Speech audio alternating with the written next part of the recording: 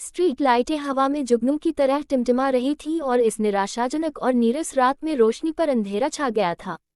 एक युवा लड़की के लड़खड़ाते कदम ऊबड़ खाबड़ ईंटों वाली सड़क पर टकरा रहे थे। अचानक वह लड़खड़ा गई और घुटनों के बल जोर से गिर पड़ी।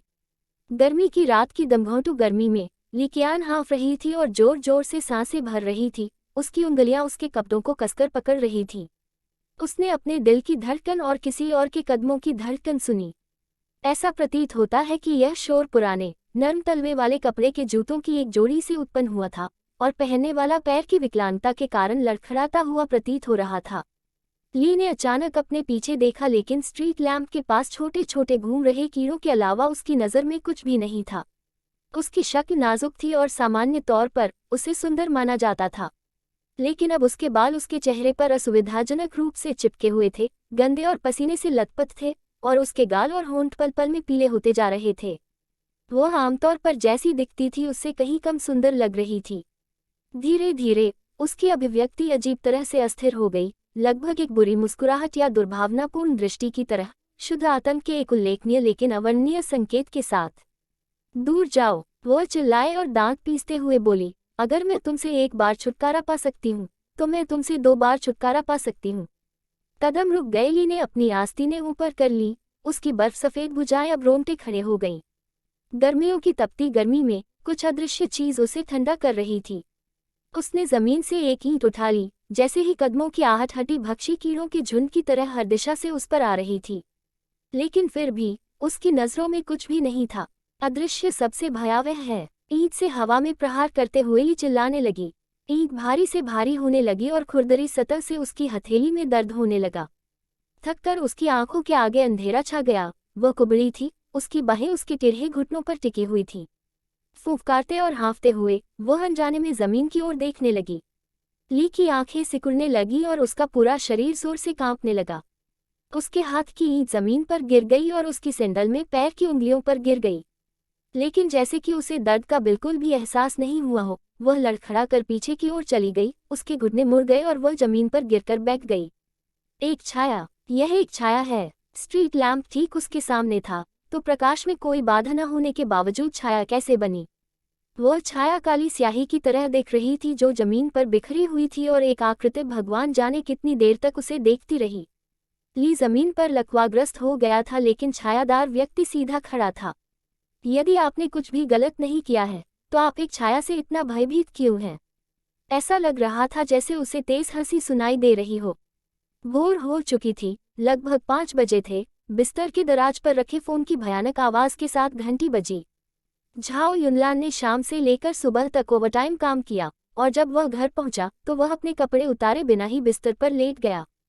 जैसे ही उसने खुद को सहज कर लिया था, फोन के पास उसके लिए और भी काम था। उसने उदासीनता से अपनी आंखें खोलीं। उसकी दोहरी पलकें जोर से झुक गईं और तिरस्कारपूर्वक छत की ओर देखने लगा। 3 सेकंड के बाद वह एक ज़ोंबी की तरह उठा, अपने स्क्विज मस्तिष्क को संभालने के लिए संघर्ष कर रहा था और अपने सेल फोन की ओर बढ़ा। झाओ का कमरा उल्लेखनीय रूप से अस्त व्यस्त था। ये कुत्ते की मान से भी बदतर थी। उसके कपड़े बिस्तर और फर्श पर हर जगह बिखरे हुए थे।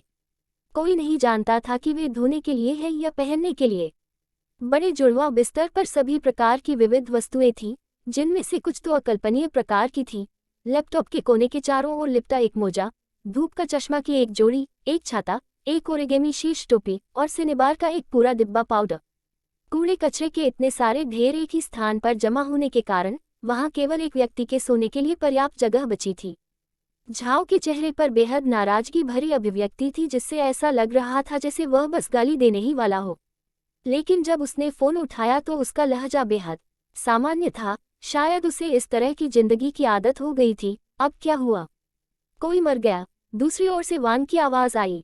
कब? कल रात या आज सुबह? अभी थोड़ी देर पहले। कहाँ? University street. झाओ ने अपना हाथ उसके चेहरे पर फिराया। ओल्ड चू को इसका ख्याल रखने दो। चू शुजी जियांगशी की व्यापारिक यात्रा पर गए थे। लिन जिंग के बारे में क्या? नरक द्वारा स्थानांतरित कर दिया गया। मुझे छो दो। झू होन के बारे में क्या? अरे कोई बात नहीं, कल पूर्णिमा थी, वह छुट्टी पर होगी। और कौन काम पर है? मैं। लेकिन सूर्योदय होने वाला है, इसलिए मुझे जल्दी जाना होगा, वांग ने कहा। वहां अभी भी दा किंग और नया प्रशिक्षु गुओ चांगचेंग हैं। झाओ ने कमजोर जम्हाई लेते हुए कहा, द किंग को इंटन के साथ जाने के लिए कहो, उसे सीखने का मौका दो। वो अभी कहीं नहीं जा सकता। वांग ने समझाया, जब वह कल रात आया तो वह फर्श पर बेहोश हो गया और वह अभी भी बेहोश है। झाओ ने पूछा, उसे किस बात ने डरा दिया और वो और मैं? वांग ने यहाँ तक कहा, मैंने आपसे कहा था कि ओल्डवू को नया शरीर बनाने के लिए एक पेशेवर कफन की दुकान ढूंढें। झू होंग रेत की बोरियों और कागज से जो बनाता है वह कभी भी वास्तविक व्यक्ति जैसा नहीं दिख सकता। झाओ चुपचाप बिस्तर के किनारे पर बैठ गया और धीरे से आह भरी, मेरे लिए वहां व्यक्तिगत रूप से जाना प्रक्रिया के विरुद्ध है, इससे अन्य लोग डर सकते हैं। लेकिन मुझे लगता है कि मेरे पास कोई विकल्प नहीं है। ठीक है, द किंग को मेरा इंतजार करने के लिए कहो। मैं आ रहा हूँ। उसने फोन रखा, 3 मिनट में स्नान किया और अपनी कार में यूनिवर्सिटी स्ट्रीट की ओर चला गया। झाओ ने ठीक कोने के आसपास कार धीमी कर दी और अचानक आसमान से एक काली छाया गिरी। जानवरों के फर की एक गोल गेंद ग्रेनेड की तरह दुर्घटनाग्रस्त होकर कार के सामने एक टोकरा छोड़ती हुई नीचे गिरी। झाओ ने तेजी से ब्रेक मारा, खिड़की नीचे की ओर घुमाए और चिल्लाया, इसे ऑटोमोबाइल कहा जाता है। यह एक परिवहन उपकरण है, आपका कूड़े का डिब्बा नहीं। इसे तोड़ने की कोशिश मत करो, है ना? कार के सामने एक काली काली बिल्ली बैठी थी, इतनी मोटी और गोल कि उसकी गर्दन ही नहीं थी। संभवतः वह गाफिल की अफ्रीकी चचेरी बहन थी। बड़ी मोटी बिल्ली ने चारों ओर देखा और यह सुनिश्चित करने के बाद कि आसपास कोई नहीं है, अपनी मूंछें हिलाए और कहा, बकबक करना बंद करो और बाहर निकलो। क्या तुमने उस गंध पर ध्यान नहीं दिया? हवा किसी जैव हथियार की तरह एक अकथनीय दुर्गंध से भरी हुई थी। अपनी नाक ढांकते हुए झाओ कार से बाहर निकला और बिल्ली से पूछा, क्या तुमने अभी अभी पादना शुरू किया? वह गंध क्या है? उसकी बात को नजरअंदाज करते हुए काली बिल्ली कार से कूद गई और आगे चलने लगी। कुछ पुलिस गाड़ियां पहले ही सड़क के किनारे रुक गई थीं और एक छोटी सी संकरी गली के प्रवेश द्वार पर एक पुलिस लाइन स्थापित की गई थी। झाओ ने अपनी जेबें टटोली और काफी देर के बाद आखिरकार एक मैला कुचला स्टाफ कार ढूंढने में कामयाब रहा।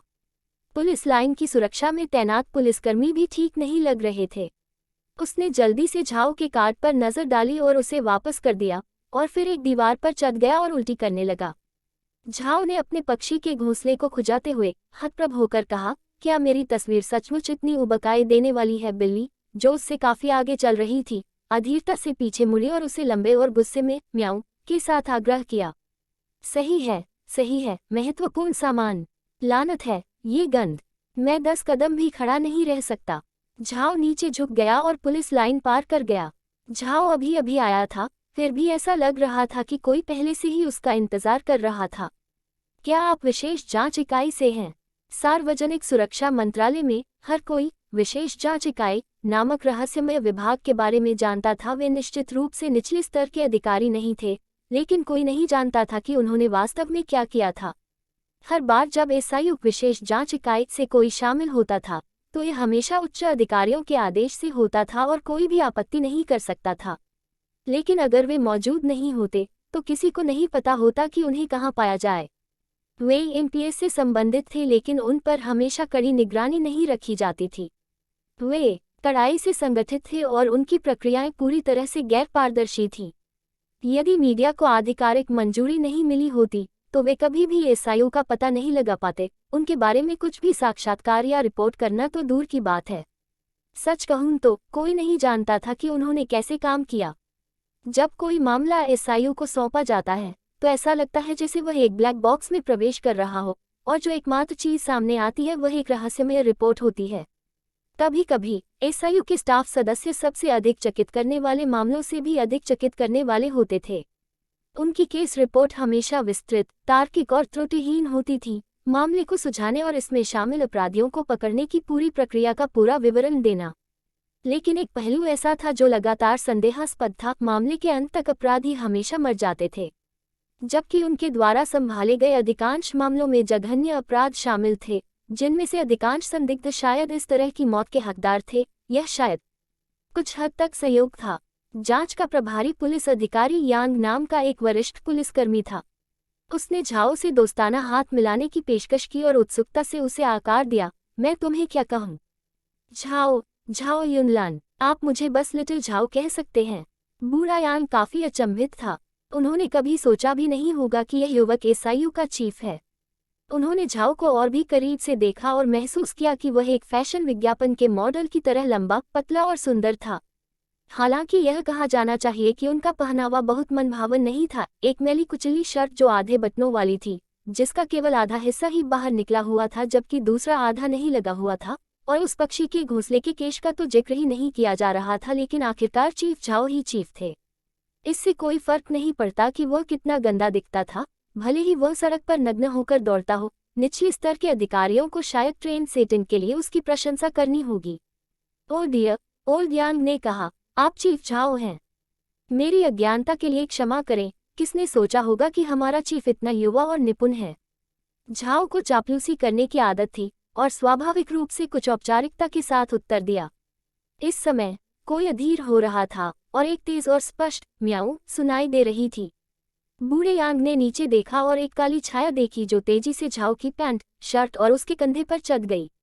आमतौर पर किसी अपराध स्थल पर हरी आंखों वाली काली बिल्ली को देखना अशुभ होता है, लेकिन यह विशेष बिल्ली कुछ ज्यादा ही मोटी थी, जो स्थिति को अंधकार में करने के बजाय हल्का कर देती थी। बूढ़े यांग ने उसे घूरकर देखा और वह एकदम पीछे की ओर देखने लगा। ये झाओ ने शर्मिंदगी से अपनी पैंट को ठीक किया जिसे बिल्ली ने लगभग खींच लिया था और हंसते हुए कहा, ये हमारा बिल्ली प्रबंधक है। वह वास्तव में कड़ी मेहनत कर रहा है, इसलिए जब हम काम के दौरान गपशप करते हैं तो उसे यह पसंद नहीं है।